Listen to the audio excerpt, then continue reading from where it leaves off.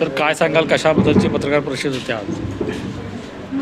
मुंबई महानगरपालिकेच्या अनुदानित खाजगी प्राथमिक शाळांमधून सेवानिवृत्त झालेले शिक्षक शिक्षकेतर कर्मचारी आहेत यांना 7वा वेतन आयोग लागू केलेला नाही, या संदर्भात आमची पत्रकार परिषद आहे.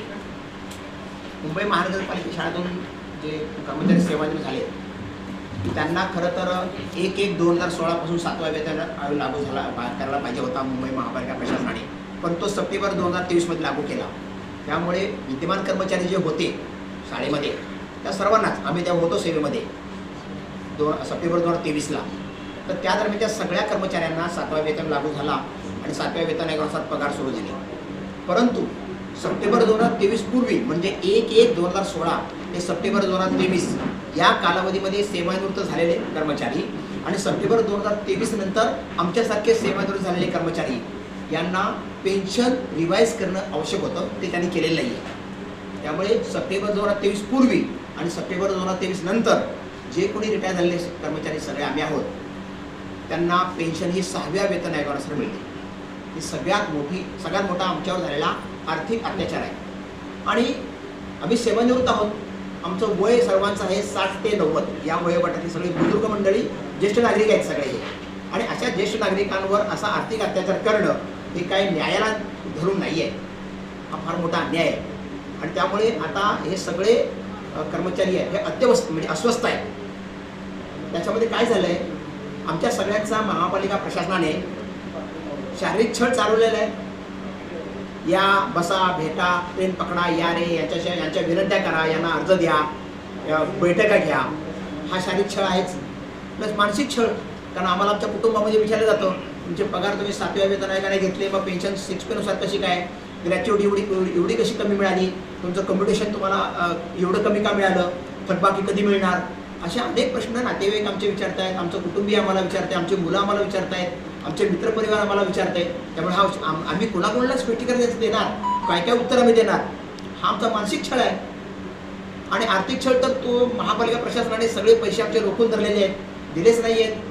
आणि ही थकबाकी लाखो रुपयामध्ये, लाखो केवळ हजारात नाही आहे. त्यामुळे हा एक आमचा तो आर्थिक छळ आहे. म्हणजे शारीरिक छळ, मानसिक छळ आणि आर्थिक छळ तिन्ही बाजूने मुंबई महापालिका प्रशासनाने आमचा आर्थिक छळ चालवलेला आहे. आणि हे आता याच्यामुळे आता हे सगळे कर्मचारी अस्वस्थ आहेत. ही संख्या टोटल 4,500 आहे. कशी तर 1/1/2016 पूर्वी रिटायर झालेले शिक्षक त्यांना पण सेवनपेनुसार पेन्शन रिवाईज करायला पाहिजे, तीही केलेली नाही आहे. आणि 1/1/16 नंतर रिटायर झालेले शिक्षक एकूणच 1997 पासून आज 2026 पर्यंत महानगरपालिकेची सेवानिवृत्तीनंतर जे सेवानिवृत्ती वेतन घेणारे कर्मचारी आहेत त्यांची संख्या 4,500 आहे. हे सगळे 4,500 कर्मचारी वाट बघत आहेत की आमची पेन्शन रिवाईज कधी होणार. आणि खऱ्या अर्थाने 7वा वेतन लागू झाला सप्टेंबर 23ला.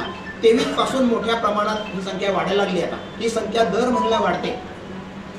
पावसाळी अधिवेशन झालं त्यावेळेला विषय काय मांडण्यात आला? पावसाळी अधिवेशनामध्ये मांडलेले काही आमदार महोदयांनी हा मुद्दा मांडला, परंतु अडचण अशी आहे की ही जी सेवानिवृत्ती वेतन योजना जी आहे ती पूर्णपणे मुंबई महानगरपालिकेची आहे. त्याच्या शासनाचा 1 रुपयाचा काही संबंध नाही आहे. आणि त्या संदर्भात शासनाने मुंबई महानगरपालिकेला 2004 साली सांगितले आहे, लिखित स्वरूपामध्ये GR आहे, पत्र आहे की तुमची मुंबई महानगरपालिकेचे कर्मचारी आणि खाजगी प्राथमिक अनुदानित शाळेतील कर्मचारी यांच्यासाठी जी तुम्ही पेन्शन योजना राबवत आहात यात तुम्हाला कुठलाही शासनाकडून 1 रुपया अनुदान मिळणार नाही.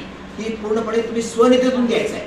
त्यामुळे याच्याशी शासनाचा काही संबंध नाही. हां, किंवा थकबाकीचा प्रश्न येईल. आमचे पगार जेव्हा चालू होते तेव्हा थकबाकी संदर्भात जो काय प्रश्न आहे ना त्याच्यामध्ये शासन 50%, महापालिका 50%, तिथे मात्र तो प्रश्न येईल, पण तो आमच्यासाठी आत्ता महत्त्वाचा नाही आहे. अश्विनी भिडे मॅडमशी काही चर्चा, काही या संदर्भात आपली माहिती त्यांना देण्यात आली आहे का? यांचे चिरंजीव प्रियांक राऊत यांच्या माध्यमातून आम्ही एक पत्र त्यांना दिलेलं आहे पेन्शन असोसिएशनचं की तुम्ही आमची एक बैठक घ्या पेन्शन असोसिएशनची सेवानिवृत्त करण्यासाठी आणि हा प्रश्न मार्गी लावा. परंतु अजूनही आयुक्तांनी आम्हाला बैठक दिलेली नाही. एका बाजूला सिनियर सिटीजनसाठी महानगरपालिका राखीव जागा ठेवून सन्मान करायचा प्रयत्न करते, दुसऱ्या बाजूला त्याच सिनियर सिटीजनला एवढं पेमेंट रोखून किंवा हे करून तुमच्यावर अन्याय करायचा प्रयत्न करते. दुसरी गोष्ट म्हणजे हा जो पेमेंट तुम्हाला न देण्याचा त्यांचा मानस आहे का असं तुम्हाला वाटतंय? खरं तर तुम्ही म्हणाल त्याप्रमाणे फार मोठा अन्याय आहे, आर्थिक अन्याय आहे आमच्यावरती.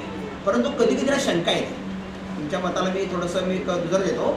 कधी कधी शंका येते, हे इतके प्रलंबित ठेवत आहेत की कदाचित जे अधिकारी आहेत त्यांच्या मनामध्ये आमची थकबाकी बुडवायची आहे का, किंवा आहे त्यामध्ये समाधामाना गप्प बसा असं काही त्यांचं विचार आहे का, अशी आमच्या मनामध्ये शंकेची पान चुकते. पण आम्ही यास गप्प नाही बसणार. म्हणजे पालिका एका बाजूला दिखावा करते सिनियर सिटीजनसाठी येतो. 10 वर्ष एवढा प्रलंबित राहावा एवढा मोठा प्रश्न नाही हा की 10 वर्षामध्ये जर तुमचा एक प्रश्न सुटत नसेल तर मग शंकेला वाव. शंकेला वावेल. पालिकेच्या कर्मचाऱ्यांना दिलं दिलं जातं, जातं. तुमच्यावर पूर्णपणे अन्याय होतो. अगदी मुंबई महानगरपालिकेचे शिक्षक जे आमचे वर्गमित्र आहेत, आम्ही एकत्र शिकलेलो आहे ना, ते काही मित्र माझे प्रत्येकाचे सगळ्यांचेच की मुंबई महानगरपालिकेचे त्यांनी सेवा केली, रिटायर झाले. त्यांना 7व्या वेतन आयोगाचं पगारपट्ट्याने घेतले, पेन्शन घेताय, ग्रॅच्युटी घेतली, कम्प्युटेशन घेतलं, थकबाकी घेतली. फक्त आम्ही कुठे खाजगीमध्ये आहोत ना, हाच आमचा दोष आहे असं आता आम्हाला वाटतंय. आम्ही फार मोठी चूक केली की काय खाजगी प्राथमिकमध्ये जाऊन.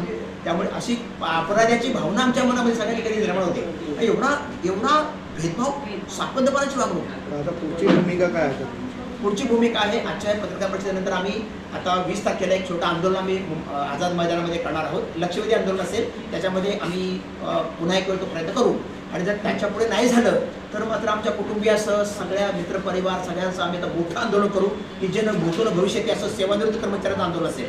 अशी पालिका आमची भूमिका आहे. प्रशासनाने किती दिवसांचा अल्टिमेट देणार? आम्ही फक्त 15 दिवसाचा त्यांना अल्टिमेट द्या. या 15 दिवसामध्ये याच्यात त्यांनी तो निर्णय घ्यावा, अन्यथा मग त्यांनी आमच्या आंदोलनाला सामोरं